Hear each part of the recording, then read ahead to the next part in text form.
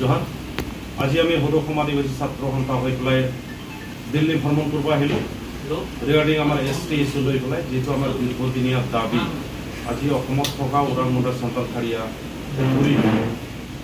আজি ভাৰতবৰ্ষ লেভেলত আমি এই জাতিকেইটাই আমি ট্ৰাইবেল হৈ আছোঁ কিন্তু আজি দুখৰ কথা আজি চৰকাৰৰ লগত বাৰে বাৰে আলোচনা বহাৰ পিছতো কিন্তু আজিলৈকে আদিবাসীৰ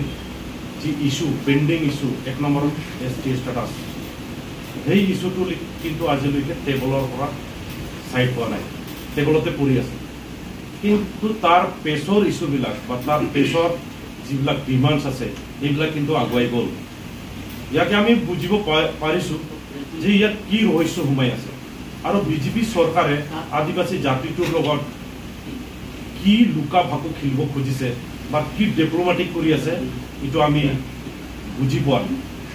যেহেতু বিজেপি চৰকাৰে অসমত নহাৰ আগত তেখেতসকলে কৈছিলে सबका साथ सबके विकास কিন্তু সেই বস্তুটো কিন্তু টোটালি অপোজিট আমি দেখা পাই আছো আদিবাসী লীগত কাৰণ আমি কোনো বাহিৰৰ মানুহ নহয় আমি কোনো চাইনাৰ পৰা অহা মানুহ নহয় আমি কোনো টিবেটৰ পৰা অহা মানুহ নহয় আমি কোনো থাইলেণ্ডৰ অহা মানুহ নহয় কোনো বাংলাদেশৰ পৰা অহা মানুহ নহয় আমি উইথিন ইণ্ডিয়া উইথিন অসমৰ মানুহ হয় তাৰ পিছতো কিন্তু আমাৰ দুখটো বুজি পোৱা নাই বিজেপি চৰকাৰে কৈ আছিল যে কংগ্ৰেছ চৰকাৰ জিন্দাগীত আদিবাসীৰ কাৰণে কাম নকৰিব আৰু একো নিদিয়ে ভাৰতৰ সংবিধানৰ মতে বুলি কৈছিলে কিন্তু সেই চৰকাৰে আজি 15 বছৰ পাৰ হ'ব ধৰিছে এটা কাম কৰিব পৰা নাই ডেভেলপমেণ্টৰ নামত কিন্তু জাতিটোক হেক কৰা ফালে দেখা পাই আছো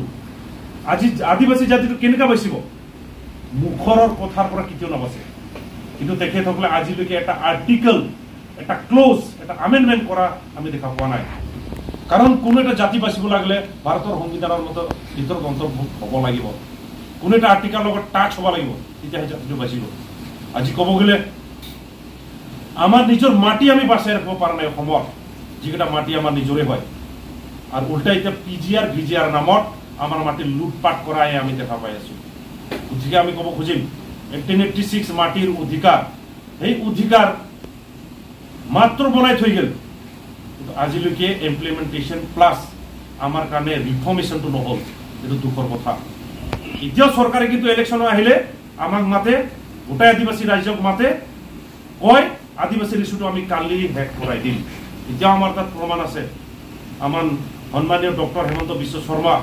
বৰদুমছা মহাসভাত তেখেতে নিজেই কৈছিল পাব্লিকলি আদিবাসীৰ STৰ কাম 90% হেক হৈ গৈছে মাত্ৰ 10% বাকি আছে এইখিনি অতি সোনকালে শেষ হ'ব আৰু আদিবাসী জাতিক আমি ন্যায় দিম ঠিক তেনেকৈ সন্মানীয় আমাৰ প্ৰাইম মিনিষ্টাৰ তথা মোদীও তেখেতেও কৈছিল যেতিয়া কোকৰাঝাৰত আহিছিল আমাক লগ পাইছিল যে हम बीजेपी असम में आने का बाद हम आदिवासी को ST करा देंगे কিন্তু আজি দেখা পালো STৰ জায়গাত যিবিলাক এক্টিভিটিজ দেখা পাই আছো অসমত থকা ওৰাং মুণ্ডা চান্তালখাৰীয়া উৰিয়াকে ধৰি খেদাৰ ফৰ্মুলাহে আমি দেখা পাই মাটি তো লুটপাট হৈ আছে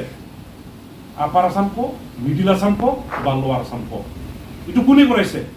সৰকাৰে কৰাইছে সৰকাৰ যদি ইচ্ছা কৰে 1 মিনিট টাইম না লাগে এটা জাতিক বচাবৰ কাৰণে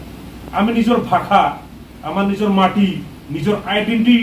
লৈ পেলাই জিয়াই থাকবা খোজাটো কোনটো ভাৰতৰ সংবিধানৰ বিৰোধী কৰিছো বিজেপি সৰকাৰ বুঝাই দিব পাৰিব নেকি আর তেখেতসকলে যিবিলাক কথা কৈছিল আজি ইমান টাইম লাগে নেকি বা তেখেতসকলৰ সাহস নাই নেকি তেখেতসকলে ষ্টেটত বিজেপি সৰকাৰ সেন্ট্ৰেলত বিজেপি সৰকাৰ তাৰ পিছতো তেখেতসকলৰ ক্ষমতা নাই নেকি না তেখেতসকলৰ সাহস নাই নেকি না তেখেতসকলে সংবিধানটো খালি সংবিধান কৈ পেলাই সংবিধানৰ অপোজিট কোনোবা মানুহ মাৰা কোনোবা জাতিৰ ৰাইটছটো খতম কৰাই নীতি নেকি তাৰ কাৰণে তেখেতসকলে ৰিপ্ৰেজেন্ট কৰি আছে নেকি এডমিনিষ্ট্ৰেশ্যন লেভেলত আজি দেখা পাই আছো পলিটিক্যালি যি আমাৰ আদিবাসী বিলাক এই সময়ত 18 জনকে MLA MP হৈ আছিল আজি এটো মিনিমাইজ কৰি কিমান হৈছে যেনে তেনে 5 জন MLA MP মিলাই পেলাই দ্যাট মিন্স